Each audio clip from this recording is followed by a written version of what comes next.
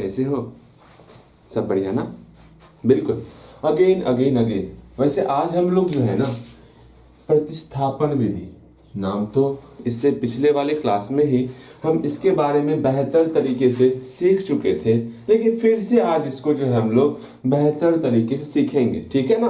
प्रतिस्थापन विधि एक बार फिर से हम लोग रिकेप करने वाले हैं। हम माने कि पिछले क्लास में आपको बताए थे, लेकिन इस क्लास में भी जो है आप प्रतिस्थापन विधि के बारे में बेहतर तरीके से सीखने वाले हो। उसके बाद हम लोग प्रतिस्थापन विधि सीखने से पहले जो है माने सीख गए हैं, लेकिन एक बार फिर से रिवीजन करवाने से पहले आज हम लोग एक नया चीज शर्त के बारे में जानेंगे।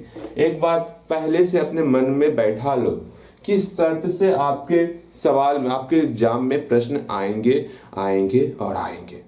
ठीक है? इसलिए बेहतर तरीके से इस शर्त को देखोगे, कैसे पहचानोगे। आप तो जान चुके हो कि कोई भी आपके सामने दो चर का रैखिक समीकरण होता, उसके लिए हम लोग जो है एक लाइन को ड्रॉ करना सीखे थे ना, किस प्रकार से जो है कोई भी रैखिक समीकरण है उसके लिए किस प्रकार से एक लाइन हम लोग ड्रॉ करते हैं। यहाँ पर दो रैखिक समीकरण है तो हम लोग यहाँ पर दो लाइन ड्रॉ किए हुए।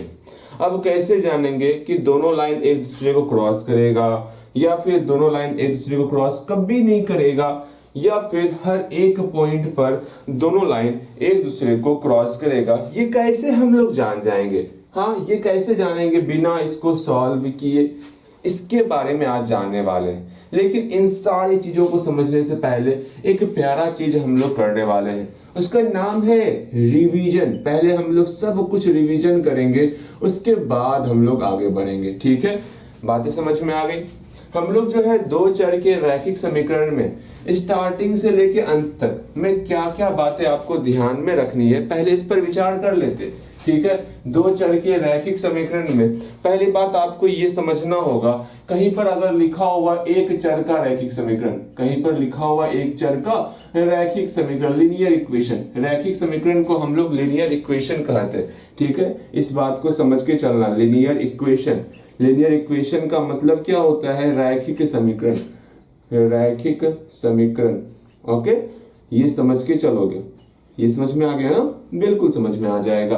कहीं पर लिखा हुआ एक चर का रैखिक समीकरण, लीनियर इक्वेशन, तो ये होता क्या है? भैया इसके बारे में आप हमको सिर्फ ये बताए थे, एक चर का मतलब क्या हुआ? या तो x रहेगा, या तो पूरा का पूरा y रहेगा, या तो पूरा का पूरा z रहेगा। मतलब जब एक ही चर रहेगा उस कंडीशन में रैखिक समीकरण का सामान्य रूप, जनरल फॉर्म क्या सिखाए थे? जनरल फॉर्म क्या सिखाए थे बताओगे आप? ax, बोलिएगा ax plus b equal to 0।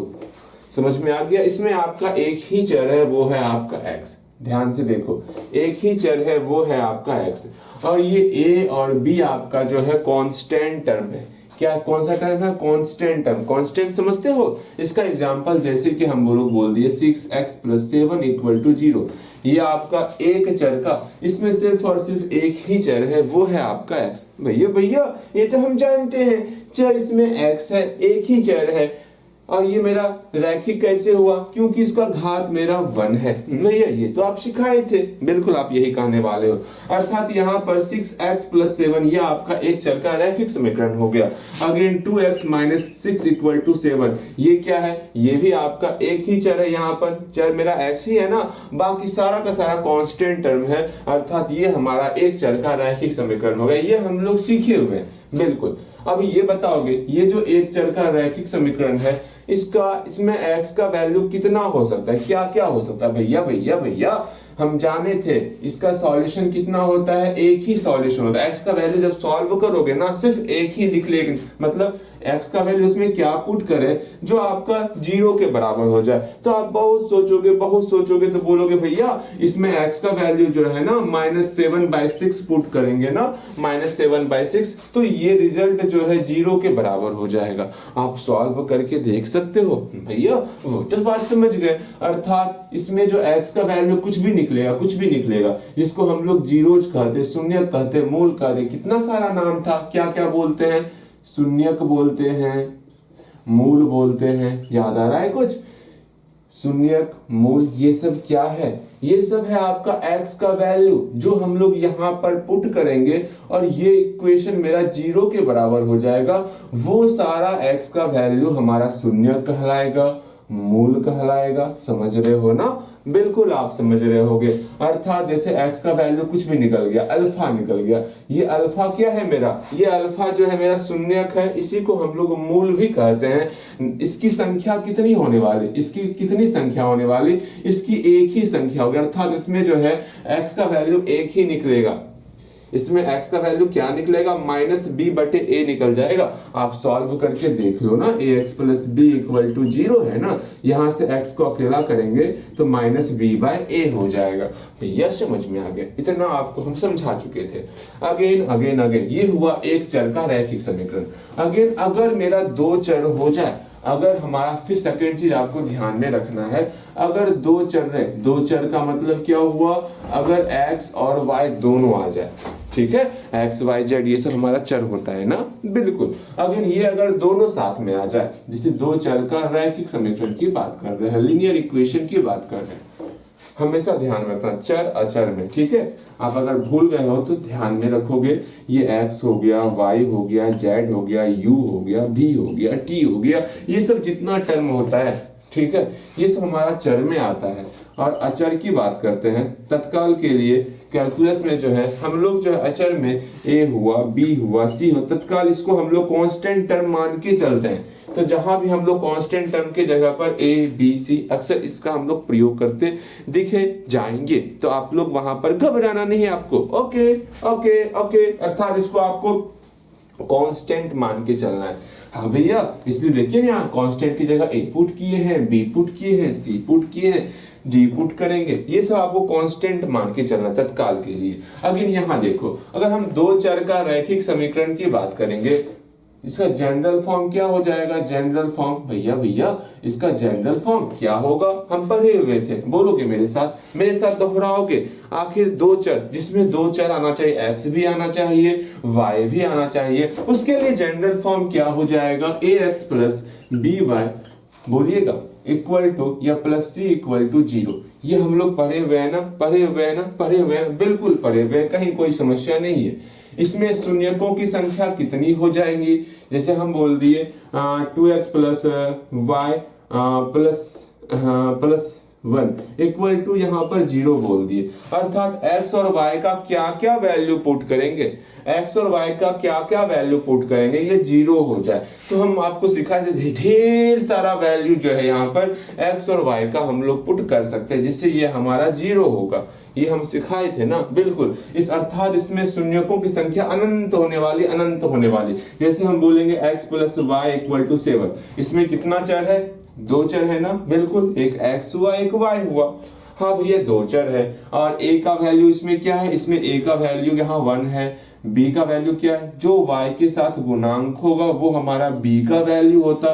यहाँ y के साथ गुणांक में 1 छिपा हुआ है, अर्थात b का वैल्यू यहाँ 1 हो गया, x का वैल्यू यहाँ 1 हो गया। आप खुद सोचोगे x और y का क्या क्या वैल्यू हो सकता भैया, अगर हम x का वैल्यू 1 ले रहे हैं तो y का वैल्यू 6 हो जाएगा। एक ये वैल्यू यहाँ पुट करेंगे तो 7, मत सोचो ना आप, x का मान 1 पुट करो, y का मान 6 पुट करो, 1 + 6 = 7 ही होता है ना, सोचने का प्रयास करो। हाँ भैया, अगर हम लोग x का वैल्यू जो है ना 2 पुट कर रहे हैं, y का वैल्यू 5 पुट कर रहे हैं, फिर भी 7 होगा।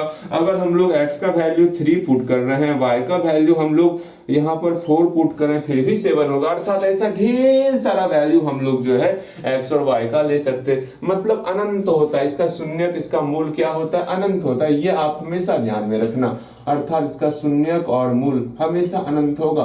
शून्यक और मूल क्या होगा, अनंत होगा। ये आपको समझ के चलना है। चलिए, ये समझ में आ गया। इसमें शून्यक और मूलों की संख्या अनंत, अर्थात अल्फा और बीटा जो निकलेगा ना वो अनंत निकलेगा। भैया समझ में आ गया, बिल्कुल समझ में आएगा, बेहतर तरीके समझ में आएगा। इसमें अनंत होता है। लेकिन ये सब आपके एग्जाम के बाहर है, ये सब आपको सिर्फ ध्यान में रखना है, ये कभी एग्जाम में नहीं पूछा जाएगा। एग्जाम में जो पूछा जाएगा वो समझो, आज जो रिवीजन करवा दिए ये अगले बार जब भी रिवीजन करवाएंगे इसका हम रिवीजन नहीं करवाने वाले, बिकॉज ये आपके एग्जाम के बाहर का है। अगेन यहाँ से 3rd नंबर से ये आपके एग्जाम के लिए बहुत ज्यादा जरूरी है। अगर हमको दो चर का रैखिक समीकरण का युग्म दिया जाए, ठीक है, दो चर का, यहां से कुछ बेहतर तरीके से आपको ध्यान देना है। दो चर का जो रैखिक समीकरण होता है, लीनियर इक्वेशन होता, उसका युग्म, लीनियर इक्वेशन का युग्म दे दिया जाए। दो आपको लीनियर इक्वेशन दिया रहे, मतलब भैया ये क्या कहना चाह रहे हैं आप, एक इक्वेशन दे दिया आपको a1x plus b1y plus c1 equal to 0, एक और इक्वेशन दे दें आपको a2x plus b2y plus c2 equal to 0। भैया ये a1 b2 b2 क्या कह रहे हैं, आपको समझ में ना आ रहा। देखो एक समझाते हैं, एग्जांपल देते हैं। जैसे हम बोल दिए x plus Y equal to 3 और यहाँ पर 2 दे दिए, यहाँ 3 दे दिए, ठीक है। यहाँ 2x plus 4y equal to 4, ये आपके सामने एक इक्वेशन दी है। अब सोचोगे, खुद कल्पना करोगे, भैया 2x प्लस 3y प्लस 3 ये इसके मतलब ध्यान से समझोगे। हम आपको ये जनरल फॉर्म लिखे, जनरल फॉर्म समझते हो, जनरल फॉर्म सामान्य रूप जो सबके लिए लिखा जाए, अर्थात पहले इक्वेशन के लिए यहाँ पर कौन सा जनरल फॉर्म लिखे भैया, पहले इक्वेशन में यहाँ पर x था, ठीक है, x था, x के साथ यहाँ पर दो गुणांक है ना, यहाँ पर जनरल फॉर्म भैया आप a1 लिख दिए, अर्थात यहाँ 2 के जगह हम a1 का प्रयोग किए हैं, 3 के जगह b1 का प्रयोग किए हैं, 3 के जगह c1 का प्रयोग किया और कुछ नहीं किए हैं, अर्थात 2 के जगह a1 लिख दिए, 3 के जगह b1 लिख देंगे। हाँ भैया, जो कि जनरल फॉर्म होता है, इक्वल टू का इक्वल टू 3 की जगह c1 लिख देंगे। बिल्कुल, ये हम लोग प्यारा सा चीज लिखे हुए थे, इसी को इधर लेके आएंगे तो काम हो जाएगा। हाँ भैया वो तो समझ में आ गया। लो जैसे यहाँ लिखा हुआ वैसे ही हम लोग लिख लेते हैं। आप भी क्या ध्यान में रखोगे, क्या बोलोगे भैया कितने अच्छे थे ना। लो आप भी क्या सोचोगे, चलिए वो सारा कंफ्यूजन आपको बाद में करेंगे। अगेन देख लो, अभी जो समझा रहे हैं सीखने का प्रयास कर, हम मान रहे हैं कुछ बातें ऐसी हम बोल रहे होंगे जो आपके लिए बिल्कुल नई, और हाँ भैया ये नयापन, ये क्या पढ़ा रहे हैं आप, ऐसा लग रहा होगा। ध्यान से मेरी बातों को सुनोगे। हम लोग यहाँ पर जनरल फॉर्म पर डिस्कस कर रहे हैं, ठीक है। जनरल फॉर्म अगर आपको बेहतर तरीके समझना है तो कुछ आपको जो है शांत और मतलब पूरा शांत होकर मेरी बातों को सुनोगे, सारी बातें समझ में आ जाएंगे। जैसे यहाँ पर एक इक्वेशन लिखे हैं 2x plus 3y plus 3 equal to 0, इसका जनरल फॉर्म क्या होगा भैया, इस 2 की जगह कुछ भी आ सकता है, 4 5 6, तो हम यहाँ a1 लिख लिए, a1x plus b1y plus c1 equal to 0, ये इसका जनरल फॉर्म होगा। हाँ वही चीज यहाँ पर लिखी, ये जनरल फॉर्म है, ठीक है। इसका जनरल फॉर्म क्या हो सकता है, इसका जनरल फॉर्म क्या हो सकता है भैया, इसका जनरल फॉर्म की बात करते हैं, सिंपल सा, यहाँ 2 है ना, 2 कुछ भी हो सकता है, a2 हो सकता है, यहाँ पर b2 हो सकता है, यहाँ पर c2 हो सकता है, अर्थात a2x plus b2y plus c2 equal to 0, ये आपका इसका जनरल फॉर्म हुआ। ठीक है, समझ में आ गया, ठीक है, ये समझ में आया, अभी समझ में आएगा बेहतर तरीके से। समझो, इसको मिटा रहे हैं, ध्यान से समझोगे और समझ में आएगा। ठीक है, बिल्कुल। अब यहाँ समझोगे। हाँ देखो यार, इसे हम एक क्वेश्चन दे रहे हैं आपको, 4x plus 6y plus 3 equal to 0, again 7x plus 6y plus 4 equal to 0। ये दो इक्वेशन, एक दो चर वाला रैखिक समीकरण का यहाँ युग्म दिया होगा। इसमें बताओगे a1 क्या है, b1 क्या है और c1 क्या है, जल्दी बताओ तुम।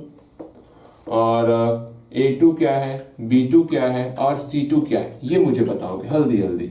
इसमें a1 b1 c1 क्या है, a2 b2 c2 क्या है। आप तुरंत बोलोगे भैया ये जो आप समीकरण दिए हुए हैं ना, ये किसका सामान्य रूप है, जो जैसे आप बनाओगे वो हम बनाने का तरीका बता रहे हैं। आप क्या बोलोगे भैया, ये जो दो इक्वेशन है ये किसका सामान्य रूप है, आप बोलोगे भैया जो समीकरण किसका, जो समीकरण युग्म कौन, a1x plus b1y plus c1 equal to 0 और a2x plus B2y plus C2 equal to 0 का सामान्य रूप है ना सामान्य रूप। हाँ भैया ये तो सामान्य रूप है, अच्छी बात है। जहां पर a1 का वैल्यू क्या है भैया जहां पर a1 क्या है, a1 क्या है, a1 मेरा 4 हो जाएगा, अच्छी बात है। b1 मेरा 6 हो जाएगा, c1 मेरा 3 हो जाएगा। अभी तुरंत सिखाए ना ये आपको। ये मेरा a1x plus b1y plus c1 equal to 0 का सामान्य रूप हुआ। ये हमारा a2x plus b2y plus c2 equal to 0 का सामान्य रूप हुआ। इसमें a2 कौन हो जाएगा, ये 7 हो जाएगा। देखो समझाते हैं, फिर से समझाते हैं, अपने आप को शांत रखोगे।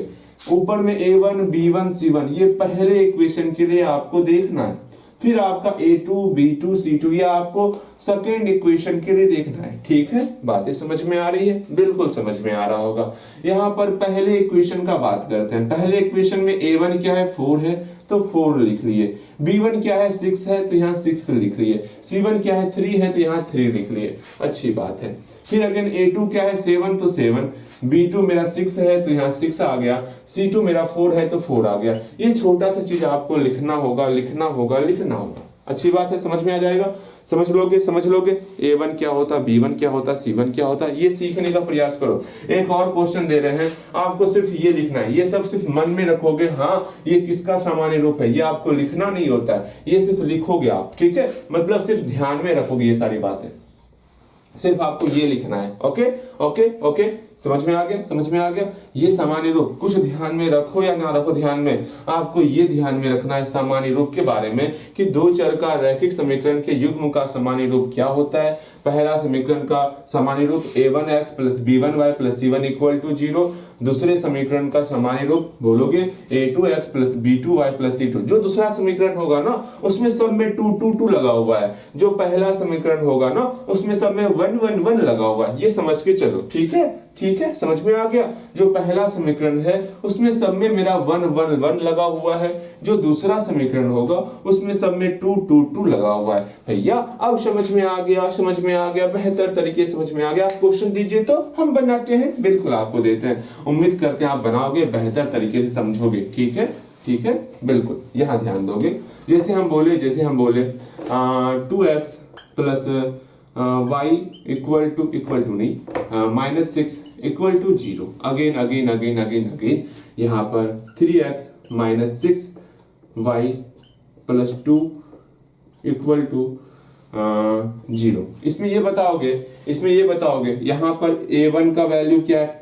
a1 का मतलब पहले समीकरण को देखो, उसमें a1 क्या है, b1 क्या है और c1 क्या है, ये आप विचार करोगे और बताओगे मुझे। अगेन a2 क्या है, b2 क्या है और c2 क्या है, ये आप विचार करोगे और मुझे बताओगे। हम आपके लिए रुके हुए हैं, आप मुझे यहाँ बताओगे a1 का वैल्यू इस समीकरण में क्या है, b1 का वैल्यू क्या है, c1 का वैल्यू क्या है। इस समीकरण सेकेंड वाले समीकरण में यहाँ a2 है, मतलब सेकेंड इक्वेशन में a2 क्या है, b2 क्या है और c2 क्या है, वो हम चाहते हैं आप बेहतर तरीके से यहाँ पर लिखोगे। उम्मीद करते हैं आप खुद से लिख लिए होगे। यहाँ देखो, जैसा कि हम बताए थे, ये पहला समीकरण किसका सामान्य रूप है, इसका सामान्य रूप क्या होगा भैया, a1x plus b1y plus c1 equal to 0। हाँ समझ में आ गया। जहां पर a1 क्या है, 2 है तो 2 लिख लिए, b1 क्या है यहाँ पर 1 है तो 1 लिख लिए। अगेन यहाँ पर c1 क्या है, माइनस 6 है तो माइनस 6 लिख लिए।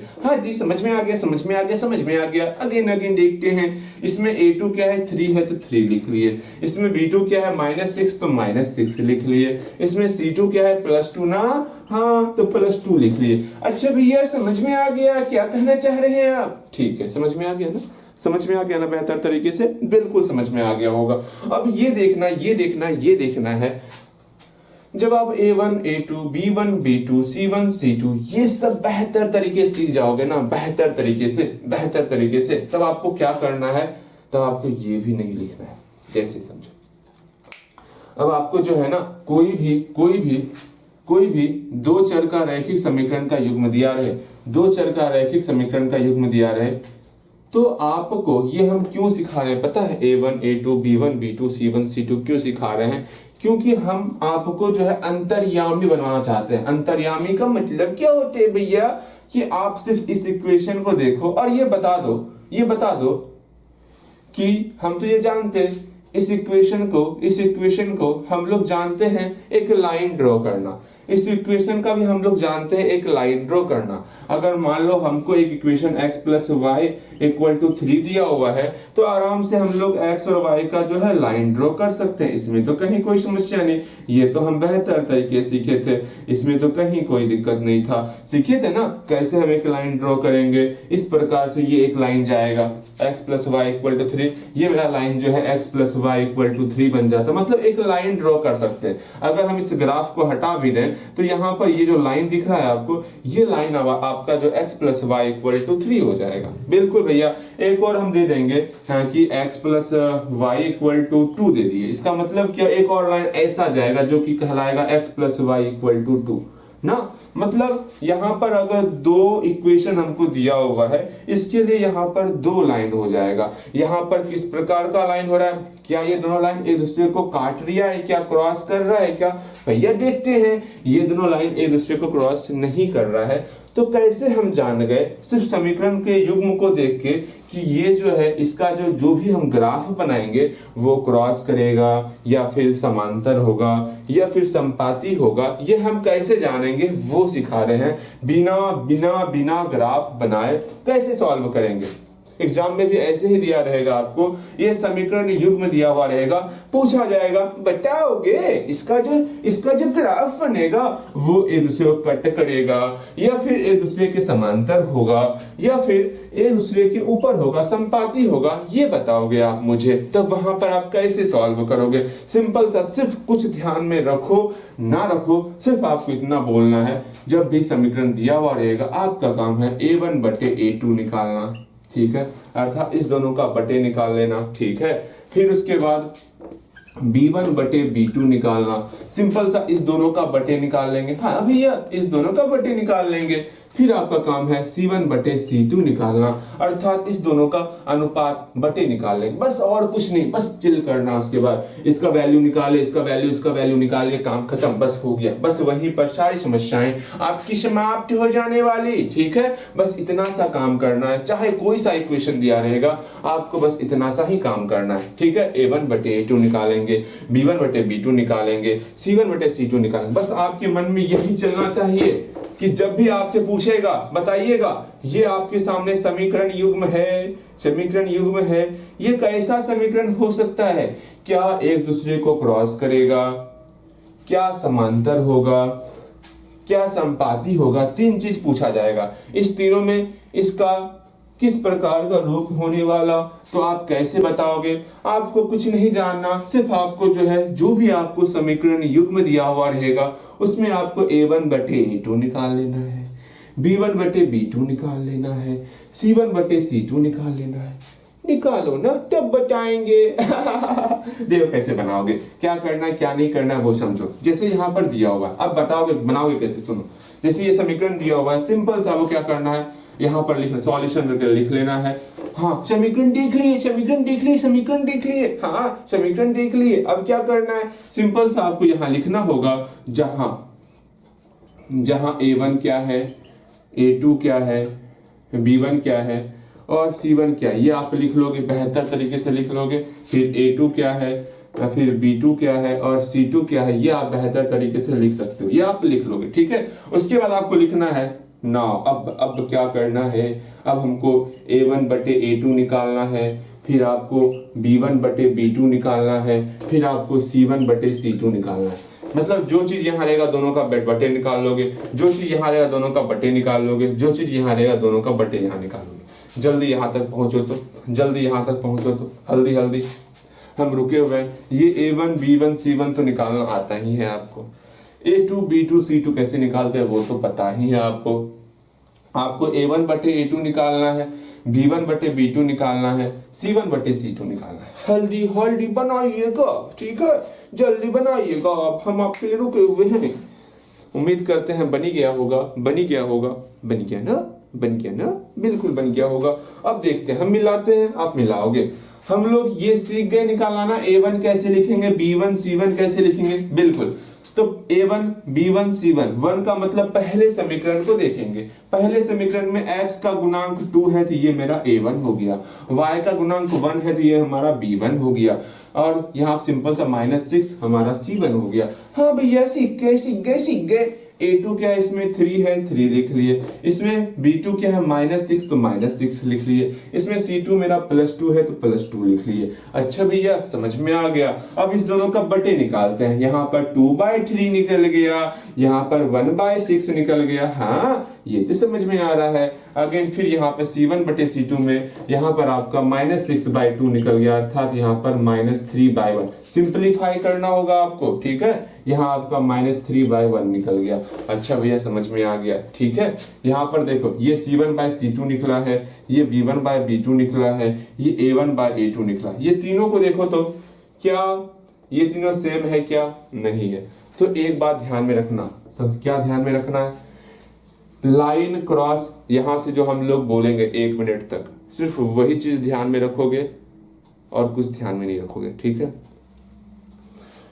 दो रैखिक समीकरण था, क्रॉस कब करेगा?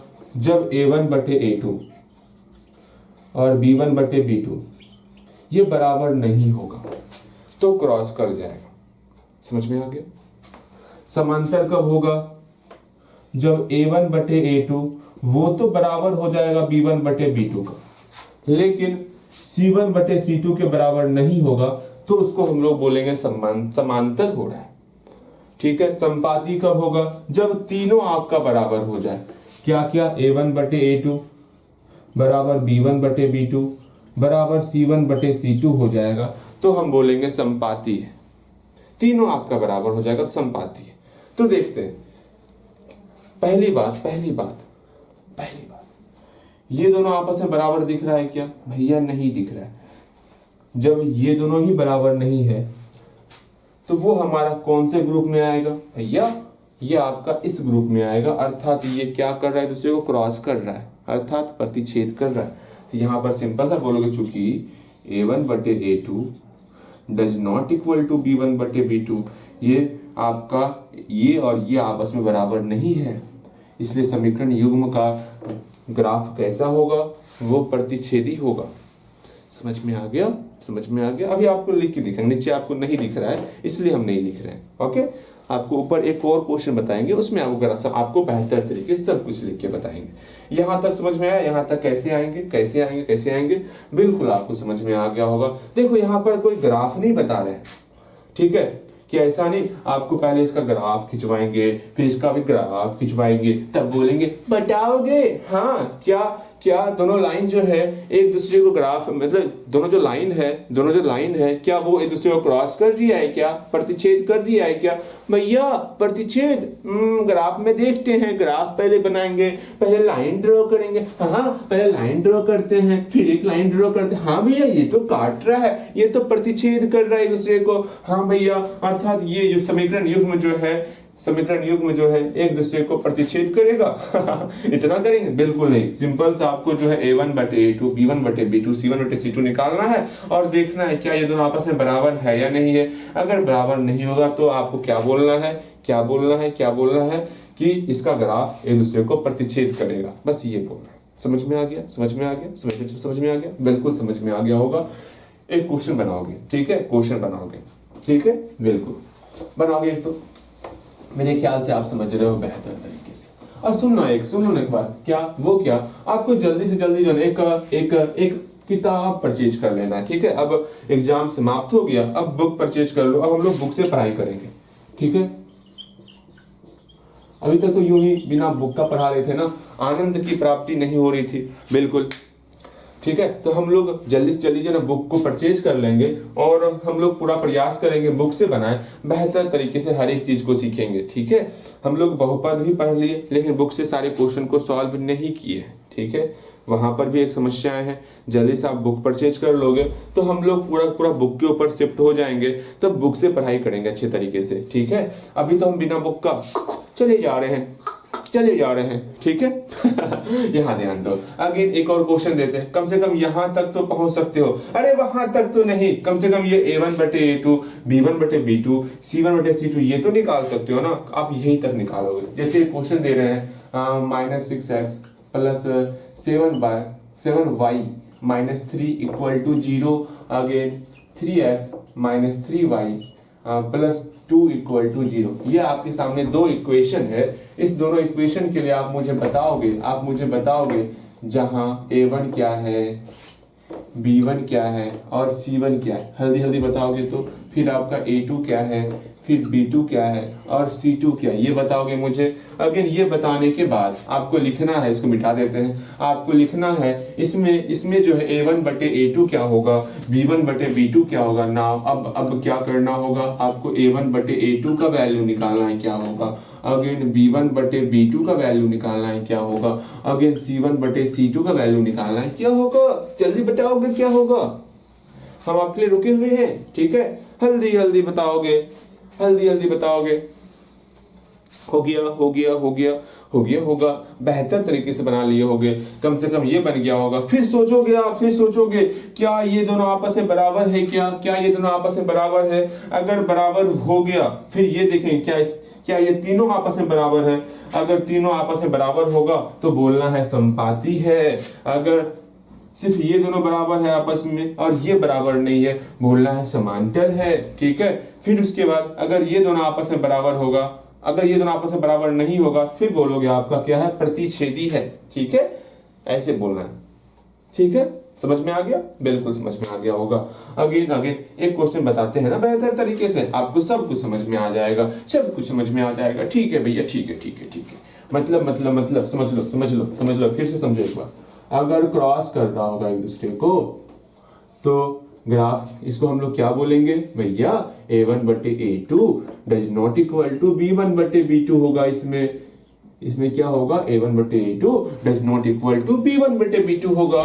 ये क्या है, इसमें ग्राफ जो है, इसमें समीकरण युग्म का जो ग्राफ होगा, वो ग्राफ क्या होगा, वो प्रतिच्छेदी होने वाला, प्रतिच्छेदी। भैया नाम कितना अजीब है। तो हम क्या करें, आगे इसे बाइसेक्ट करने वाला है, मतलब इसमें जो है एक दूसरे को ये सेक्ट करेगा, विभाजित करेगा, अच्छी बात है।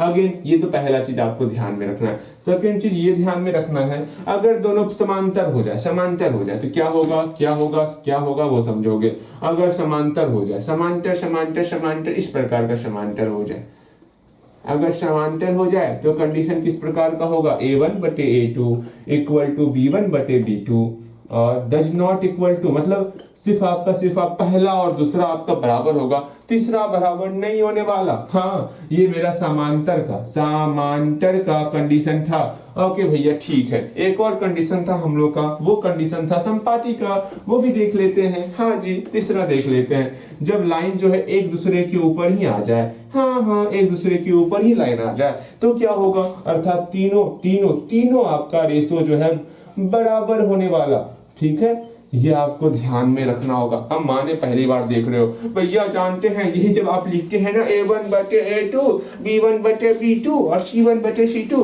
पहली बात यही चीज समझे भैया, हम का नावत है, हम आपकी बातें समझ रहे हैं, आपकी बातें बेहतर तरीके से समझ रहे हैं, लेकिन क्या करें, आपको ध्यान में रखना होगा। इसमें क्या होगा, संपाती हो गया, इसको हम लोग संपाती बोलते हैं, ठीक है। संपाती, पति नहीं, संपाती बोलना है, संपाती। ओके, ये तीन चीज आपको ध्यान में रखना, समांतर ध्यान में रखना होगा, प्रतिच्छेदी ध्यान में रखना होगा और संपाती ध्यान में रखना होगा, ठीक है। एक और चीज ध्यान में रखना होता है, वो क्या, इसमें जो है कितना इसका सॉल्यूशन हो सकता है, मतलब ये समझ में आओगे, ये समझोगे।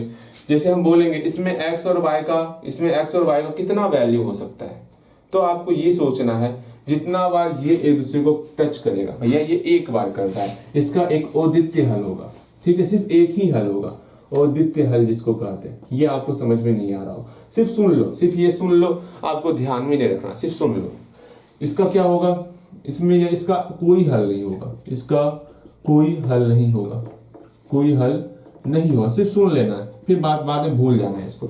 इसका अनेक हल होगा, बहुत सारे पॉइंट पे ये टच कर रहा है ना, हाँ, इसका अनेक हल होगा, अनंत हल होगा, इसका अनंत हल होगा, अनंत हल, ये समझना है। ओके, चलो छोड़ो, रहने दो, इसको भूल जाओ, इसको भूल जाओ, इसको भूल जाओ, ठीक है। अब यहाँ ध्यान, यहाँ ध्यान, यहाँ ध्यान। हाँ, इसको सॉल्व करते हैं हम लोग। यहाँ पर a1 क्या है भैया, a1 b1 c1, इसका मतलब क्या हुआ, पहले इक्वेशन को देखना है, पहले इक्वेशन को देखते हैं। x का गुणांक कौन है -6, तो यहाँ -6 लिख देंगे। यहाँ y का गुणांक कौन है 7, तो यहाँ 7 लिख लेंगे। यहाँ -3 है ना, तो यहाँ -3 भैया लिख लिए। बहुत सही, बहुत सही जा रहे हो आप। अब a2 b2 c2 का मतलब क्या हुआ, हम दूसरे समीकरण को देखेंगे। दूसरा समीकरण क्या कह रहा है, यहाँ पर सेकंड इक्वेशन में x का गुणांक 3 है, तो ये मेरा यहाँ +3 हो गया। यहाँ y का गुणांक -3, तो यहाँ मेरा -3 हो गया। यहाँ +2 है, तो मेरा 2 प्लस तो छिपा रहा था ना, कोई बात नहीं।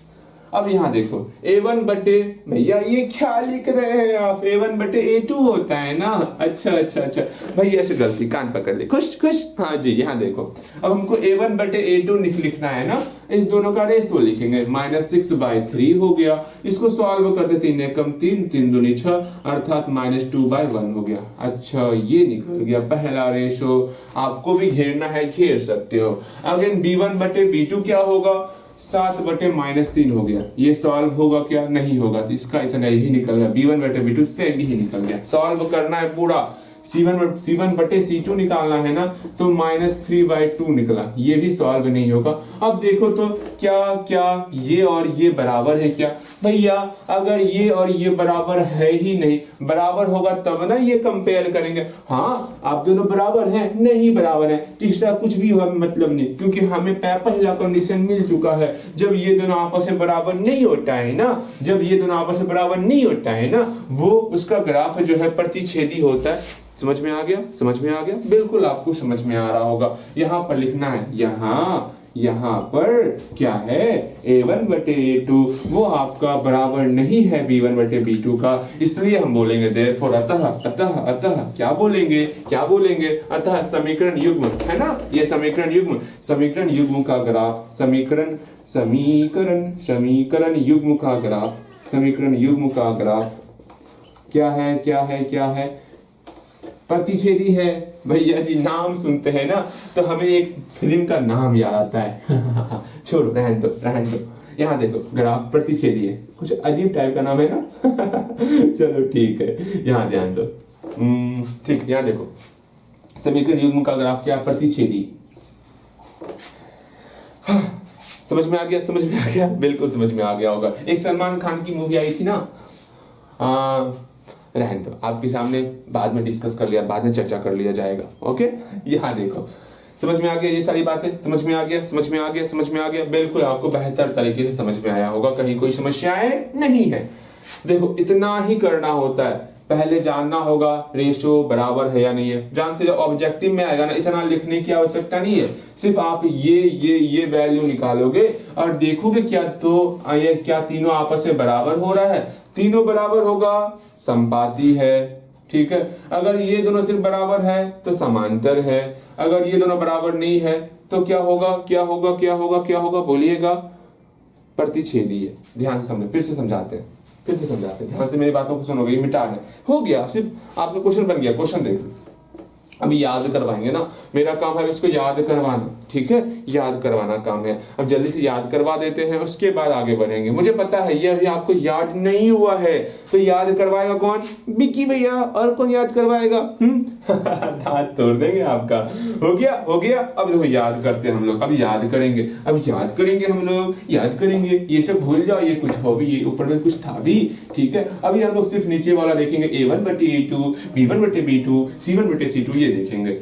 हाँ भैया, ठीक है। हम लोग ये समझना है, हमको 3 ऑप्शन में क्लिक करना है। या तो आपका ग्राफ प्रतिच्छेदी होने वाला, हाँ भैया, या तो ग्राफ मेरा प्रतिच्छेदी होगा, या तो ग्राफ मेरा समांतर होगा। ओके, या तो समांतर होगा, या तो मेरा संपाती होगा। नया नाम था आपके सामने, समांतर तो आपने नाम सुना ही होगा। हाँ, नाम तो सुना ही होगा समांतर का। प्रतिच्छेदी का नाम तो आपने सुन ही रखा है मेरे मुख से। अगेन, संपाती का भी नाम आपने सुन ही लिया मेरे मुख से। अभी क्या चाहिए आपको, अब सोचो आप, प्रतिच्छेदी कब होगा, सिर्फ ये देखो स्टार्टिंग का दो, क्या ये दोनों बराबर है, अगर बराबर है तो समांतर और संपाती के पास जाना है, अगर बराबर नहीं है, अगर ये दोनों आपस में बराबर नहीं है तो वो मेरा प्रतिच्छेदी हो जाएगा। पहली बात याद करो, याद करने का सिंपल सा तरीका है, क्या तरीका है, तारीख क्या है, प्रतिच्छेदी बोला जा रहा है ना, तो स्टार्टिंग का ये दोनों आपस में बराबर नहीं होने वाला, ये दोनों आपस में बराबर क्या होगा, नहीं होगा, अर्थात a1/a2 और b1/b2 ये आपका जब बराबर नहीं होगा तो हम बोलेंगे प्रतिच्छेदी है, या ठीक है। अगर ये दोनों आपस में बराबर हो गया लेकिन ये बराबर नहीं है तो समांतर हो जाएगा, अगर तीनों बराबर हो गया तो संपाती हो जाएगा। समझ में आया भैया, ठीक है, समझ में आ गया। अब देखते हैं, अब आपको इतना कुछ नहीं लिखना, ये वो ऐसे वैसे कुछ नहीं, बनाने का तरीका सीख गए हो ना, सिर्फ आप देखोगे और बताओगे कौन सा होने वाला है। जैसे हम एक इक्वेशन दे रहे हैं,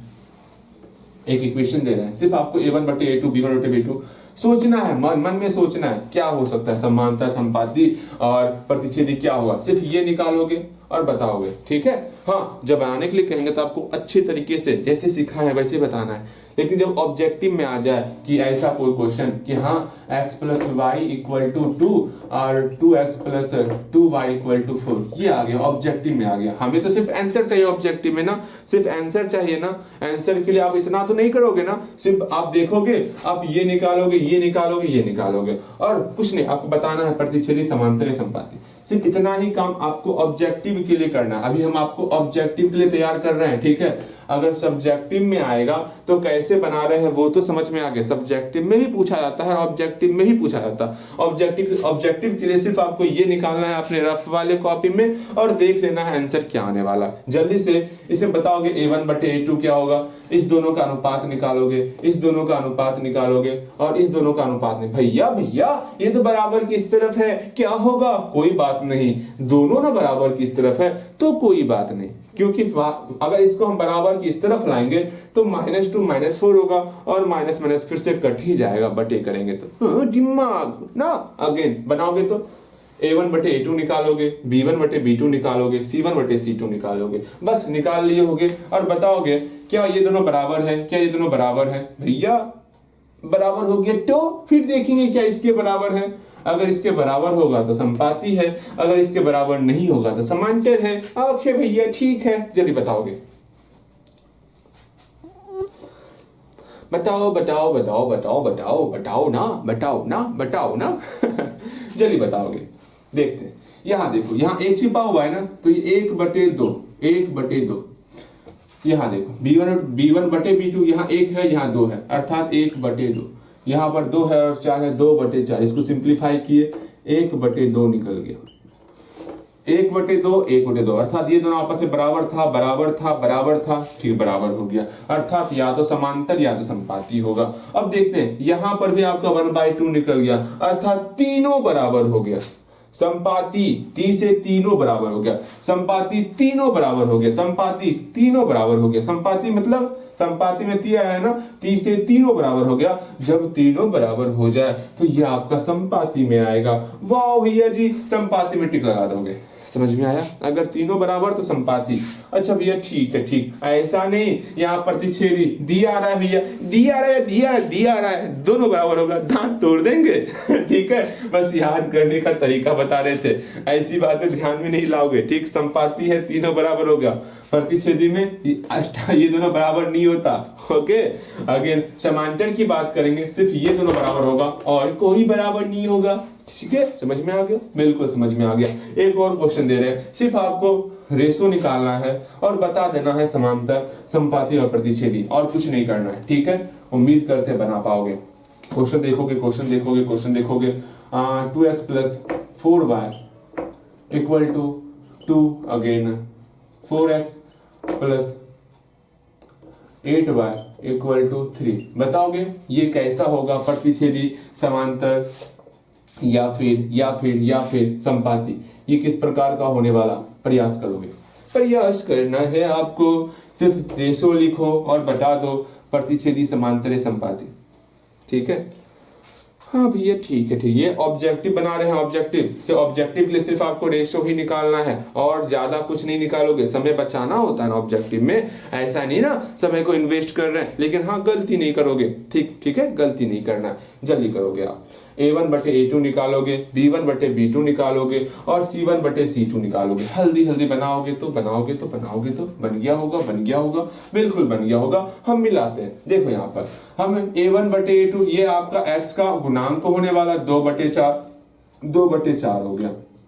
सॉल्व करेंगे 1 और 2, अर्थात मेरा 1/2 निकल गया। अच्छी बात है। यहाँ 4/8 करेंगे, 4/8 अर्थात 4 एकम 4, 4 दूनी 8 अर्थात 1/2 निकल गया।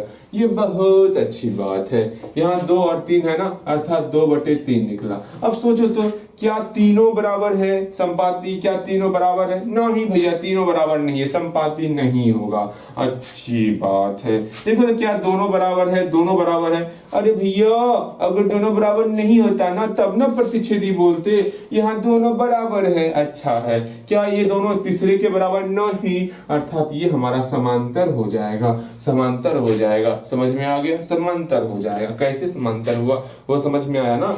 ये दोनों आपस में बराबर था लेकिन तीसरा बराबर नहीं था, तो समांतर हो जाएगा। समान होने वाला स्टार्टिंग का, फिर अंतर, फिर बाद में अंतर हो जाएगा। भैया ये जो आपके, इससे ही याद हो गया हमको, समांतर पहले समान होगा, फिर अंतर हो जाएगा, फिर बाद वाला जो अंतर हो जाएगा अलग हो जाएगा। आगे ले ऐसे याद करना है, बिल्कुल। ठीक है, क्या है? समान है मतलब स्टार्टिंग का समान हो जाएगा, अंतर फिर अंतर हो जाएगा। रहने दो, अब अंतर हो गया, समांतर हो गया। ऐसे ध्यान में रखोगे, रख सकते हो समांतर को। समांतर कैसे ध्यान में रखेंगे? स्टार्टिंग का समान, फिर अंतर, फिर अलग हो जाएगा। ठीक है, ठीक है, तो मेरा वो समांतर होगा। संपाती में 3 से तीनों बराबर होगा और प्रतिच्छेदी याद करवाना होगा? बिल्कुल नहीं, स्टार्टिंग का दोनों बराबर नहीं होगा। उम्मीद करते हैं ये आपको याद हो गया होगा। ठीक है, बिल्कुल। अब जो है ऑब्जेक्टिव में किस प्रकार बनाना है वो भी समझ में आ गया।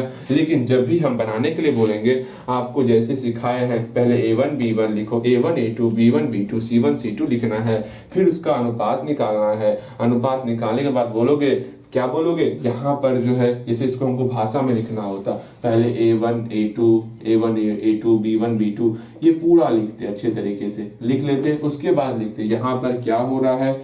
यहाँ पर जो है A1 बटे A2 इक्वल टू B1 बटे B2 does not equal to C1 बटे C2 हो रहा है। अतः समीकरण युग्म का ग्राफ क्या होने वाला? समांतर होने वाला है। ऐसे लिखोगे, समांतर युग्म का ग्राफ समांतर होगा। समझ में आ गया?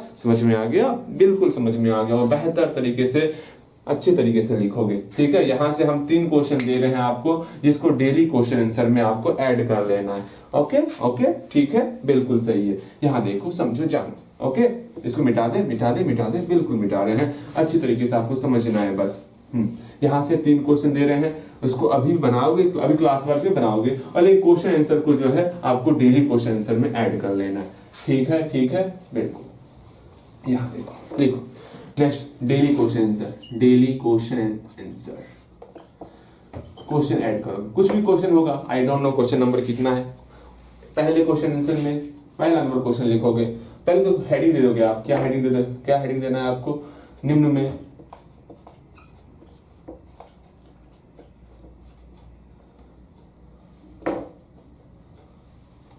में प्रतिच्छेदी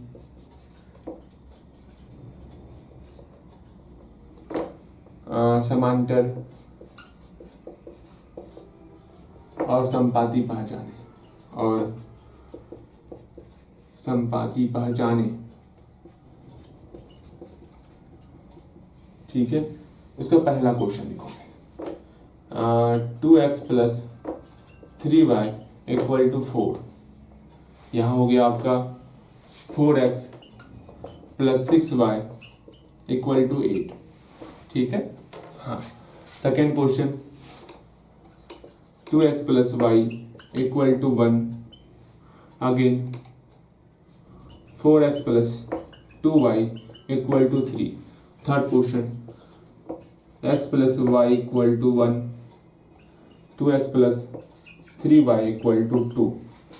बनाओगे तो बताना है आपको।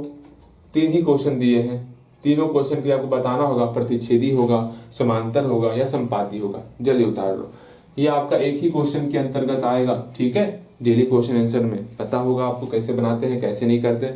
जल्दी करोगे, उम्मीद करते हैं। लिख लो अच्छे तरीके से, और अब भी क्लास वर्क में ही बनाओगे, अभी इसको बनाओगे भी बेहतर तरीके से, ये भी क्लास वर्क वाली कॉपी में ही बनाओगे और देखोगे क्या सारा बनता है आपसे। अगर नहीं बनेगा तो पूछोगे। अभी हम ये नहीं बता रहे अद्वितीय हल, ये कोई हल नहीं, ये अनंत हल, अभी ये नहीं बता रहे हैं आपको। ये सारी बातें बताई जाएंगी, आप परेशान मत होना, ठीक है। वरना इतना ध्यान में रखना है, जो प्रतिच्छेदी होगा वो उसका आपका अद्वितीय हल होने वाला, जो समांतर होगा उसका कोई हल नहीं होगा, जो संपाती होगा उसका अनंत हल होगा। ये ध्यान में रखना है तो आप रख सकते हो, ठीक है। लेकिन अभी तत्काल इतना ही आपको ध्यान में रखना है, ओके। फिर आपको कल जो है बेहतर तरीके से स्टार्टिंग से रिवीजन करवा देंगे, फिर वहीं पे समझा देंगे, ठीक है। समझ में आया? ऐसे याद भी रह जाएगा, हम तो डेली आपका रिवीजन करवा ही देते ना। ओके भैया, ठीक है, बातें समझ में आ गई।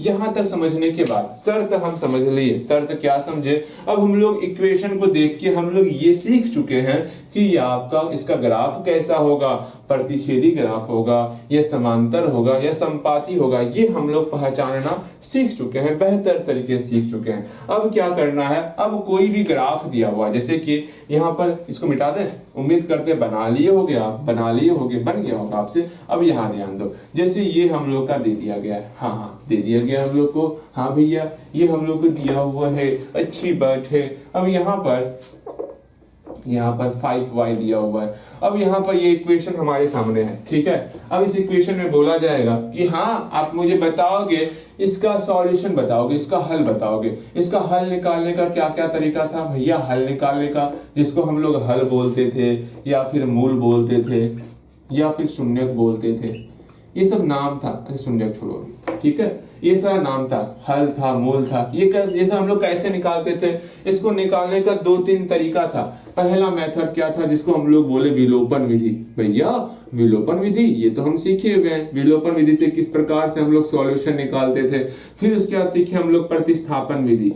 प्रतिस्थापन विधि कल सीखे थे बेहतर तरीके से। प्रतिस्थापन विधि में किस प्रकार क्या करेंगे क्या नहीं करेंगे, ये सारी बातें सीख लिए थे। उसके बाद एक आता है वज्र गुणन विधि, ये लास्ट टॉपिक है। जैसे ही वज्र गुणन पढ़ेंगे हम लोग ना, वैसे हम लोग का ये चैप्टर कंप्लीट हो जाएगा। फिर सिर्फ ढेर सारा क्वेश्चन आंसर ही करवाना है। जितना सीखना था वो सब कुछ सीख चुके होंगे हम लोग, ठीक है। एक लास्ट ये वज्र गुणन विधि पढ़ने के बाद, उसके बाद हम लोग क्या करेंगे, सिर्फ क्वेश्चन आंसर सॉल्व करवाना है।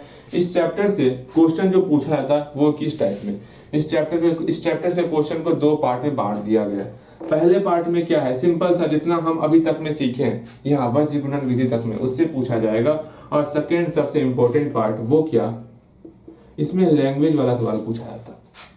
जैसे आपका उम्र से संबंधित सवाल हो गया, फिर आपका नाव वाला सवाल, नाव पानी का सवाल होता है ना, धारा और नाव का सवाल हो गया, वो वाला सवाल होता है। फिर आपको एग्जाम में मार्क्स वाला सवाल होता है ना, मार्क्स वाला सवाल से पूछा जाता, ठीक है। जैसे कि आपको जो है सही उत्तर पर +2 मार्क्स मिलेंगे, गलत उत्तर पर -1 मार्क्स काट लिए जाएंगे। तो वैसा वैसा सवाल आपसे पूछा जाएगा। फिर आपसे जो है ना ढेर सारा इसी तरह सवाल, बहुत सारा सवाल है जो आपसे पूछा जाएगा। वो सारा सवाल आपको समझना होगा, जानना होगा, कैसे बनाएंगे, क्या करेंगे, फिर इस पर हम लोग विचार करने वाले। सबसे इम्पोर्टेंट पार्ट यही है और इसी से मैक्सिमम क्वेश्चन एग्जाम में भी आता है, ठीक है। तो आपको सवाल बनाना होगा। अब यहाँ से बुक की आवश्यकता आपको होने वाली है, तो कृपया करके किताब को परचेज कर लें, ठीक है। अब चाहते हैं अब बुक से आपको पढ़ाया जाए, ठीक है। उम्मीद करें अब बुक से आपको होमवर्क मिलेगा, तो कृपया करके आपको बुक ले लेना है, ठीक है। जल्दी से इसको कंप्लीट कर लेंगे तो हम लोग मजे मजे में सारे सवाल को सॉल्व करते चलेंगे, ठीक है। बिल्कुल भैया, ओके भैया, समझ में आ गया क्या करना है क्या नहीं करना है, ठीक है ना। बिल्कुल, अगेन अगेन अगेन हम लोग यहाँ देखते हैं, इसको सॉल्व करते हैं, सीखते हैं हम लोग। समय हो गया क्या, एक काम करते हैं, लगभग सब कुछ तो हो गया। आज फिर से हम लोग प्रतिस्थापन विधि का 2-4 क्वेश्चन करके क्लास को यहीं पर समाप्त करेंगे। कल के क्लास में जो है हम लोग एक लास्ट वज्र गुणन विधि को सीखेंगे। किसको सीखेंगे? वज्र गुणन विधि को। ये हम लोग बेहतर तरीके से कल की क्लास में सीखेंगे। ठीक है, आज हम लोग ये शर्त के बारे में जाने, शर्त के बारे में जाना, आपको जानना आपके लिए बेहद जरूरी भी था। अभी तो क्वेश्चन किए कहाँ है इस पर अब क्वेश्चन करेंगे, अब नहीं करेंगे, मतलब परसों से क्वेश्चन करेंगे। ठीक है ना, परसों से देखो कैसा कैसा क्वेश्चन आता है। अभी तो सिर्फ हम लोग कॉन्सेप्ट सीख रहे थे। उम्मीद करते हैं ये सब आपको बेहतर तरीके से समझ में आया होगा। भूलियो मत कभी। ठीक है, समांतर स्टार्टिंग का समान बाद में अंतर, संपाती तीनों बराबर होगा, ये सब ध्यान में रखोगे। ठीक है, ठीक है, ठीक है, ठीक है। हम प्रतिस्थापन विधि से 2-3 क्वेश्चन बताएंगे, लेकिन उससे पहले हम 2 मिनट का ब्रेक लेते हैं ठीक है, यहाँ ध्यान दोगे। आज इसी क्वेश्चन को सिर्फ जो है हम लोग विलोपन और प्रतिस्थापन दोनों से बना करके क्लास को यहीं पर समाप्त करेंगे। ठीक है, अब ध्यान से मेरी बातों को सुनोगे। पहले आप प्रयास करोगे, पहले इसको जो है ना आप विलोपन विधि से बनाओ। तो देखो तो कैसे क्या करते हो आप। इस क्वेश्चन को आप विलोपन विधि से बनाओ। किस प्रकार बनाओगे विलोपन विधि से आपको पता होगा। हाँ भैया, पता होगा ना आपको। बोलो आप हमको जवाब दो। हाँ भैया, आता है हमें। ठीक है, यहाँ देखो, पहले इसको आप विलोपन विधि से बनाओगे और हम पूरा उम्मीद करते हैं आपसे कि ये सवाल आपका विलोपन विधि से बनेगा। यहाँ देखो सॉल्यूशन करते हैं। विलोपन विधि से किस प्रकार बनाएंगे, इसको इक्वेशन फर्स्ट, इसको इक्वेशन सेकंड मान लेंगे। देखो तो क्या x वाला बराबर है y वाला बराबर है? नहीं, बराबर नहीं है। तो अगर हमको x वाले को बराबर करना होगा तो पहले इक्वेशन में हम 2 से मल्टीप्लाई कर दें। बिल्कुल 2 से मल्टीप्लाई करेंगे तो इक्वेशन फर्स्ट में जैसे हम 2 से मल्टीप्लाई करेंगे तो ये दोनों सेम हो जाएगा। फिर ये दोनों जैसे ही सेम होगा, सिंपल सा घटाने के बाद ये दोनों कट जाएगा ना, तो घटा देते हैं इक्वेशन सेकंड को। अगर आप नहीं बनाए हो तो यहीं पर रुक जाओगे, आपको नहीं, हम रुक जाते हैं यहाँ पर, और यहाँ पर सिर्फ खुद से बनाओगे। इक्वेशन फर्स्ट में आपको 2 से मल्टीप्लाई करके यहाँ लिख लेना है, फिर इक्वेशन सेकंड को नीचे लिख लेना है, फिर सॉल्व कर लेना है। सॉल्व करने के बाद आपको y का वैल्यू निकलेगा और उस y के वैल्यू को दोनों में से किसी एक इक्वेशन में आपको पुट करना है। आपका जो है x और y दोनों का वैल्यू आपको प्राप्त हो जाएगा। हाँ भैया, ये तो आसान लग रहा है। बिल्कुल आसान है, आप प्रयास करोगे ना बहुत आसान लगेगा। देखो इक्वेशन फर्स्ट में 2 से मल्टीप्लाई करते हैं, इसमें 2 से मल्टीप्लाई करेंगे तो मेरा 4x हो गया, प्लस का प्लस, इसमें 2 से मल्टीप्लाई करेंगे 6y हो जाएगा, इक्वल टू का इक्वल टू, इसमें 2 से मल्टीप्लाई करेंगे तो 8 हो जाएगा। अच्छी बात है। फिर सेकेंड इक्वेशन को हूबहू लिखना है, इसमें किसी से मल्टीप्लाई नहीं करते हम लोग। ठीक है, पूरा हूबहू टर्म उतार लिए हम लोग। अब क्या करना है, घटाना है। घटा क्यों रहे हैं? क्योंकि हमें x वाले से सख्त नफरत है। काटेंगे उसको और y का वैल्यू निकालेंगे। या तो x का कटे या तो y कटे, कटना तो किसी का है ना। हाँ, किसी को कटना नहीं, किसी को काटना है ना। बिल्कुल, इसका काट दिए, इसको काट दिए। ठीक है, बचा क्या, 6y और 5y ना, दोनों घटा देंगे। 6 में 5 घटाते हैं, मेरा सिर्फ y बचेगा। हाँ भैया, ये तो आसान सा था, मतलब 6y माइनस 5y। ये तो हम लोग पॉलिनोमियल्स में ढेर सारा रिवीजन किए थे। ठीक है, इसलिए हम रिवीजन वहां करवाए थे। 6y माइनस 5y, मेरा सिर्फ y बचेगा, इक्वल टू का इक्वल टू, 8 में 8 किया 0, अर्थात y का वैल्यू मेरा 0 निकल गया। अच्छी बात है। अब हम लोग किसी एक इक्वेशन में पुट करेंगे, हम लोग का x का वैल्यू निकल जाएगा। तो इक्वेशन फर्स्ट में या सेकंड में, आपकी इच्छा है। हम इक्वेशन फर्स्ट में जो है, इक्वेशन फर्स्ट में हम लोग y इक्वल टू 0 रखते हैं, देखते हैं क्या निकलता है। इक्वेशन फर्स्ट जहां है इसको पहले लिख लेते हैं, लिख लिए। हाँ जी, जहां y दिक्कत है ना वहां पर आपको 0 पुट कर लेना है और सॉल्व कर लेना है। देखते हैं सॉल्व करने के बाद रिजल्ट कितना निकलता है। 2x का 2x हो गया, प्लस का प्लस, 3 गुना 0 0 हो गया, इक्वल टू 4। अब यहाँ पर जो है 2x बराबर 4 हो गया। अब हमको x का वैल्यू अकेला करना है ना, आराम से x बराबर 4/2 हो गया, 2 2 4, अर्थात x का वैल्यू मेरा 2 निकल गया। अतः x equal to 2, y equal to 0। अतः x इक्वल टू 2 और y इक्वल टू 0। आराम से इस प्रकार हम लोग विलोपन विधि से सॉल्व किए। इसी को प्रतिस्थापन विधि से कैसे सॉल्व करेंगे? सिंपल सा प्रतिस्थापन विधि का एक प्यारा सा तरीका होता है, नन्ना मुन्ना तरीका होता है। वो तरीका क्या है, ध्यान से मेरी बातों को सुनोगे, सबको समझ में आ जाएगा। ठीक है, देखो यहाँ पर प्रतिस्थापन विधि में हम लोग क्या करते हैं कि हम लोग इक्वेशन फर्स्ट में से किसी एक इक्वेशन को लेंगे, या तो इक्वेशन फर्स्ट को ले रहे हैं या तो इक्वेशन सेकंड को लोगे। अच्छा, हम लोग इक्वेशन फर्स्ट को लेते हैं। इक्वेशन फर्स्ट से या तो आप x का वैल्यू अकेला करो या तो y को अकेला करो। चलो हम लोग x को अकेला कर लेते हैं। हम लोग इक्वेशन फर्स्ट से x को अकेला कर लेंगे। फिर क्या करने वाले, इक्वेशन सेकेंड में जो है x का वैल्यू पुट करेंगे, इसको यहाँ पर पुट कर देंगे। जैसे ही पुट करेंगे हमें जो है y निकल जाएगा, मेरा y निकल जाएगा। फिर y निकलने के बाद उस y का वैल्यू हम किसी भी इक्वेशन में, इक्वेशन फर्स्ट में, इक्वेशन थर्ड जो माने हो ना, उसी में पुट करेंगे, हम लोग का x भी निकल जाएगा। भैया ये क्या था, ये तो सांप सीढ़ी वाला गेम हो गया। लीजिए भैया, अब हमारे शरीर के ऊपर से ये निकल रहा है। हमको पिछले क्लास में भी समझ में नहीं आया था, यहाँ पर भी समझ में नहीं आ रहा है। ऐसा आपको बिल्कुल नहीं सोचना है, प्रयास करोगे सब कुछ समझ में आएगा। इसलिए इसका हम एक एक क्वेश्चन करके समझा रहे हैं प्रतिस्थापन का। मुझे पता है प्रतिस्थापन जो है आपको थोड़ा सा मतलब थोड़ा सा तकलीफ देगा समझने में। हाँ भैया सही कह रहे हैं, बहुत ज्यादा ही तकलीफ दे रहा है। यहाँ देखो सब कुछ समझ में आएगा। हम लोग प्रतिस्थापन की बात करते हैं, प्रतिस्थापन विधि। प्रतिस्थापन विधि, अब देखते हैं प्रतिस्थापन विधि में क्या कहा जाता है। ठीक है, देखो समझो, जानो पहचानो क्या करना है क्या नहीं करना है, उसको समझो। सॉल्व करते हैं ना। पहला काम क्या, इक्वेशन फर्स्ट को लेंगे, या तो x का वैल्यू या तो y का वैल्यू अकेला करेंगे। पहली बात, यहाँ पर स्वतंत्र हो, या तो इक्वेशन फर्स्ट लो या तो इक्वेशन सेकंड लो। हम लोग इक्वेशन फर्स्ट लिए, आपको ज्यादा कंफ्यूज ना करते हुए हम लोग इक्वेशन फर्स्ट लेते हैं। इक्वेशन फर्स्ट से क्या करेंगे हम लोग, इक्वेशन फर्स्ट से जो भी इक्वेशन है उसको लिख लेते हैं। इसमें क्या बड़ी बात है, बड़ी बात क्या है, कुछ नहीं है। इसमें से इक्वेशन फर्स्ट से या तो x को अकेला करो या तो y को अकेला करो। इसमें से या तो हम x को अकेला करेंगे या तो हम लोग y को अकेला करेंगे। किसी एक को अकेला कर लेते हैं ना, हम लोग x को अकेला करते हैं। चलिए यहाँ से x को जैसे अकेला करेंगे कुछ इस प्रकार का रिजल्ट हम लोग के सामने प्रस्तुत होने वाला है।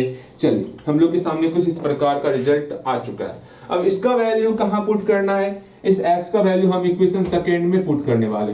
ये सेकेंड लिखा हुआ है, हम लोग फर्स्ट पहले ले चुके थे ना।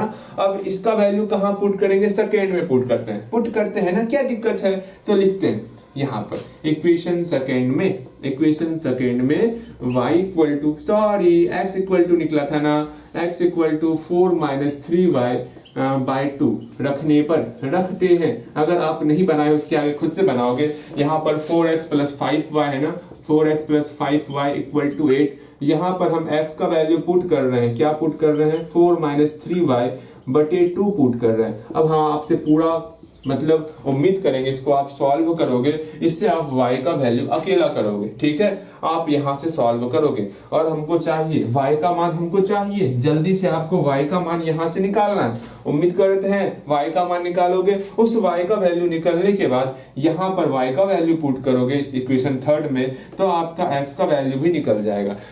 अब ये कोई जरूरी नहीं है कि आपको थर्ड में ही पुट करना है, आप फर्स्ट में पुट करो, सेकेंड में पुट करो, थर्ड में, लेकिन थर्ड आसान है। ठीक है, आप यहाँ पर y का वैल्यू पुट करोगे, x का मान निकल जाएगा, इसलिए थर्ड में ही पुट करना। ठीक है, जल्दी बनाओगे, उम्मीद करते हैं बन गया होगा। अब कैसे सॉल्व करना है, सिंपल सा, ये मल्टीप्लाई है ना। हाँ भैया, इस 2 और 4 को आपस में सॉल्व करते हैं। 2 × 2 = 4 हो गया। अब 2 का मल्टीप्लाई सबसे करेंगे, 2 × 4 = 8, माइनस का माइनस, यहाँ माइनस है ना, 2 × 3 = 6y। हाँ भैया, अब समझ में आ रहा है ना, बिल्कुल समझ में आ रहा होगा। प्लस का प्लस, 5y का 5y = 8। अगर ये सब सब्ट्रैक्शन आपका गलती होता है ना, तो आपको हम पॉलिनोमियल में सब अच्छे तरीके से रिवीजन करवाए हैं, एक बार फिर से इसको कर लेना है, आपको बेहतर तरीके से सब कुछ समझ में आ जाएगा।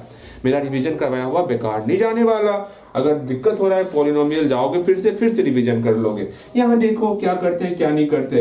8 माइनस, इसको घटाना है ना, 6y में 5y को घटाते हैं। इसमें सिंपल सा एक ही रूल सिखाए हैं, जोड़ और घटाओ में y सेम रहेगा तो y का y लिख लेंगे। -6 + 5 -1 होता है ना, यहाँ 1 छिपा होता है, अर्थात -6y + 5y, मेरा सिर्फ -y निकल गया, = 8 का 8। अब यहाँ से y को अकेला करेंगे तो -y = 8 में 8 गया 0 हो गया। कैसे 0 हुआ, ये 8 उधर जाकर के -8 में कन्वर्ट हो गया, अर्थात y का वैल्यू हमारा 0 निकला। जस्ट इससे पिछले हम लोग विलोपन विधि में भी y मेरा 0 निकला था। कुछ ध्यान में आ रहा है, ध्यान में आ रहा होगा। अगेन y = 0, इक्वेशन थर्ड में, फर्स्ट में, सेकंड में किसी में पुट करो, x का मान निकल जाएगा। तो रखते हैं इक्वेशन थर्ड में y का वैल्यू 0 रखते हैं। इक्वेशन थर्ड में y = 0 रखने पर देख रहे हो प्रतिस्थापन विधि कितना आसान है। x इक्वल टू कितना है मेरा, यहाँ देखो 4 - 3y/2, 4 - 3y/2 है। सिंपल सा यहाँ पर पुट करेंगे, y का वैल्यू 0। अगर नहीं बनाए हो तो बनाओगे खुद से, हम बार बार बोल बोल के गला छुप गया मेरा, ठीक है। देखो यहाँ पर 4 - 3y, y का वैल्यू 0/2 है ना। आराम से इसको सॉल्व करेंगे, कितना होगा वो देखते हैं। 4/2 हो गया मेरा, 2 निकल गया, अर्थात x का वैल्यू 2 निकल गया। देयरफॉर अतः अतः अतः x इक्वल टू कितना निकला, x इक्वल टू 2 निकला एंड y इक्वल टू मेरा 0 निकला। बस ये दो चीज करना था। और करना क्या था, हम लोग प्रतिस्थापन विलोपन समझ गए। कल का क्लास पूरा का पूरा वज्र गुणन विधि के ऊपर होने वाला है। कृपया करके आप लोग अपने आप को स्ट्रॉन्ग कर लेना वज्र गुणन विधि के लिए, ठीक है। आसानी है, ज़्यादा टफ नहीं है। ओके, चलो मिलते हैं अगले क्लास में, ठीक है। चलिए चलिए।